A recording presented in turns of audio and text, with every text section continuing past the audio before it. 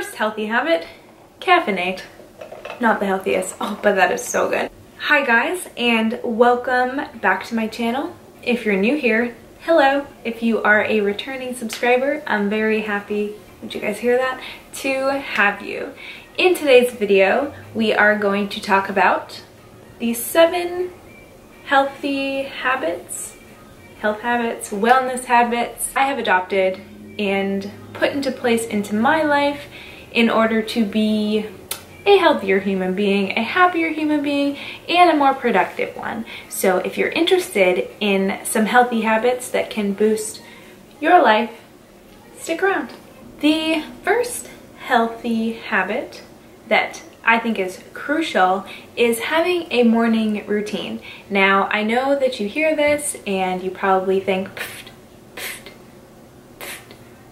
How do you do that? Pfft. I don't need that.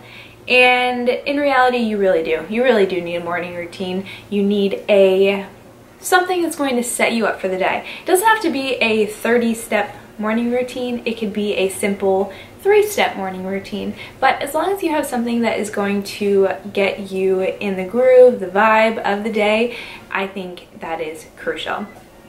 I take this guy out, and so he wakes up, I gotta wake him up. He's the one, like, my dog will sleep until 10 a.m. if I let him. Comment below what time your dog gets you up in the morning, because I'm curious, because I know a lot of people whose dogs make them get up at like 5 a.m. This guy gets me up never. I'm the one that has to wake him up, so I'm lucky about that. But anyway, I get him up, we go outside, then I come in, I do the dishes while I'm making my coffee. I know that doesn't sound like a very exciting thing to do in the morning, but there's something like really relaxing and satisfying about getting something done, like a chore done. First thing in the morning, you feel really productive. A lot of people like to make their bed. I don't really care about a made bed. I know that sounds bad, and my future boyfriend may not like this, but I don't really like to make my bed that often. So doing the dishes or cleaning up the kitchen is like one of the things that I love to do. So basically get up and I do this every single day, and I set myself up for a very, very productive first little bit of the day.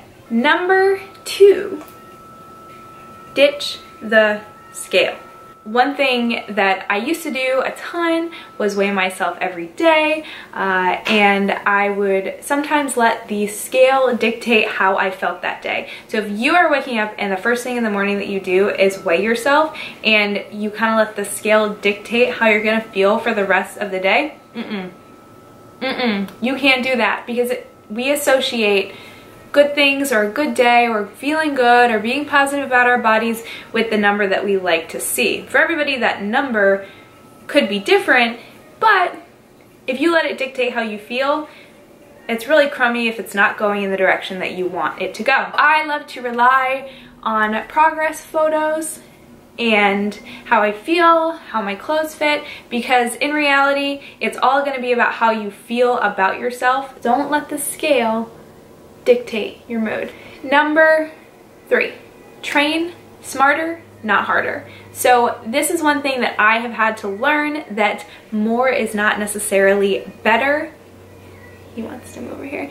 More is not always better. It's not always better to do more cardio. It's not always better to do more sets. It's not always better to do to eat less. It is all about finding a happy medium and being a little bit smarter about it. So if you're finding that you are overdoing it on the cardio and you think, oh, more cardio is what's gonna make me lose fat, but then in turn, you're ravenous and hungry and you wanna eat everything, more is not better in that case. So you do have to find that happy medium in between that is just smarter. It's just better for you overall, and it's not necessarily like no days off, like I have to get to the gym 7 days a week. Truthfully, I found it best for me to train less and just be a little bit more kind to myself in terms of training, recovery, nutrition, in all of those facets of life, and I've just become a better athlete and a better fitness person all around. This brings us into our number 4 healthy habit that has changed my life. That is to find an eating style that is sustainable for you. So whether you are tracking macros, whether you are eating clean, whether you are having a untracked meal or a cheat meal on the weekends, you're rewarding yourself when you feel like you need something for the soul. Find a sustainable way of eating. Some people do extremely well tracking absolutely everything to the gram. They love to fit in donuts and this and that into their macros. Other people just prefer to eat clean and, you know, have treats when they want to.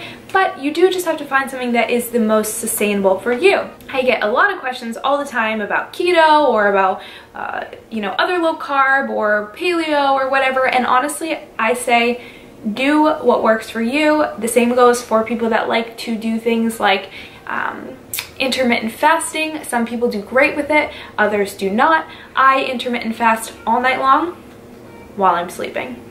And that is about as much intermittent fasting that I can do. I intermittent fast from my bedtime snack all the way until breakfast. It's like 8 hours. It's a lot of fasting. And I'll explain to you guys in another video. I have found that intuitively eating mostly whole foods and tracking my macros in my head, because I've been doing it for a long time, I no longer need to plug in every single thing that I eat. I have found that that really works for me, and I find that if I need to reel it in, like I'm having too many treats possibly, then I will track for a day and say, okay, you've reeled it in, now you can trust yourself again because you're back on track in terms of back to eating the more nutrient-dense foods.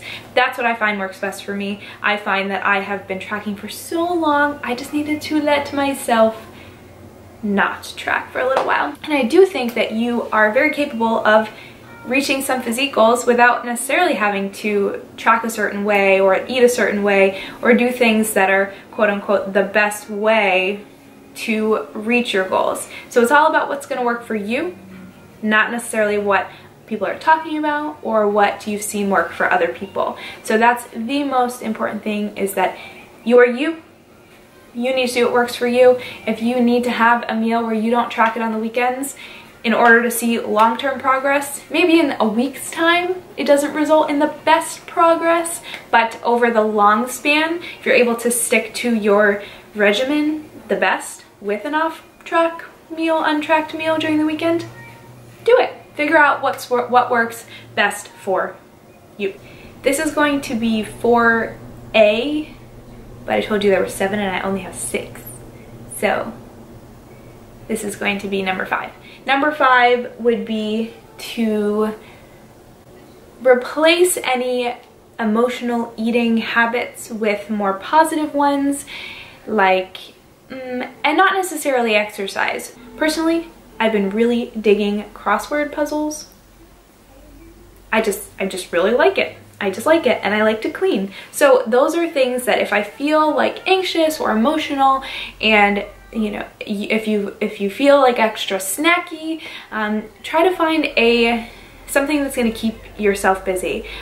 If you find that you like to snack when you are just like bored doing nothing, try to find things to do that are not necessarily the gym.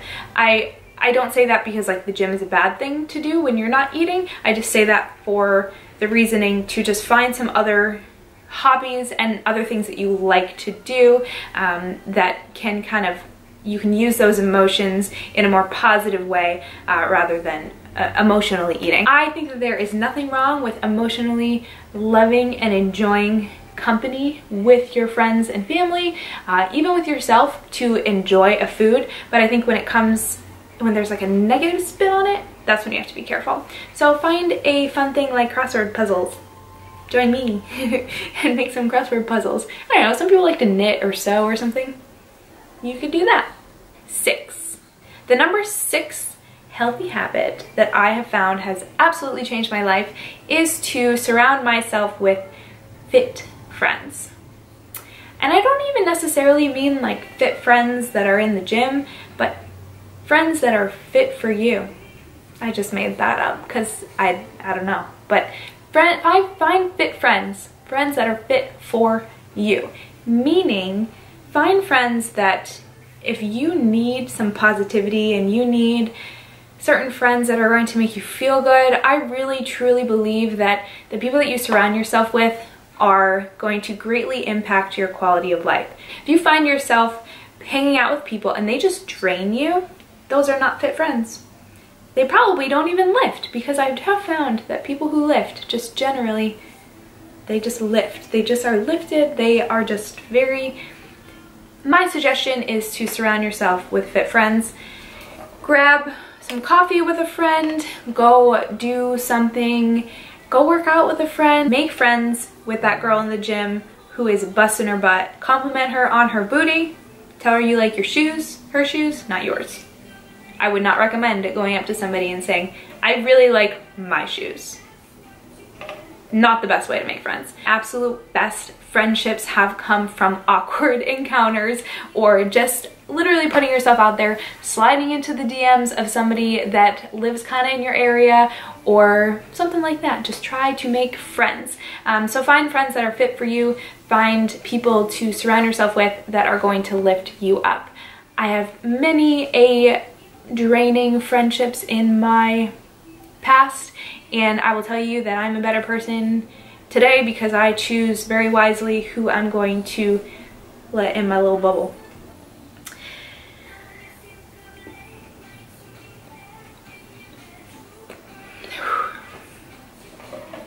How are we doing on this coffee? The final healthy habit that I have adopted and added into my life over the past, I want to say it's really recent, but I've been trying to do this for a very long time, and that is prioritizing myself, not necessarily over everybody else, but I do like to prioritize myself pretty far at the top of the list. Right now, since I have a little fur baby, that is one of my top priorities, making sure that he is fed, making sure that he is getting enough play. And you know, I know plenty of people that have a hard time even just getting in that little hour of the workout. But then I always talk to them and I always say to them, well, does it make you feel better when you do get your workout in? Does it make you feel better when you're able to meal prep your food so you have a, you know, couple days worth of just being set in one aspect or another in your life? Want to know what they always say? Yes. We had a little overheating problem with the camera, so I don't know where I left off, but I will just dive in and just say that you cannot pour from an empty cup. Prioritize yourself, your gym time, your food prep time, your sleep.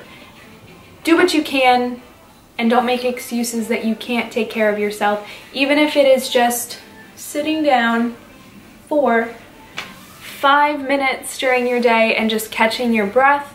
Prioritize yourself.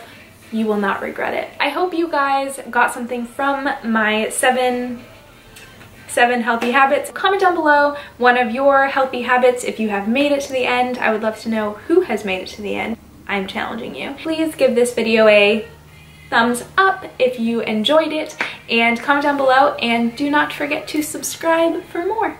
I will see you guys in the next video. Yes, that is how I'm going to end it now. Bye guys.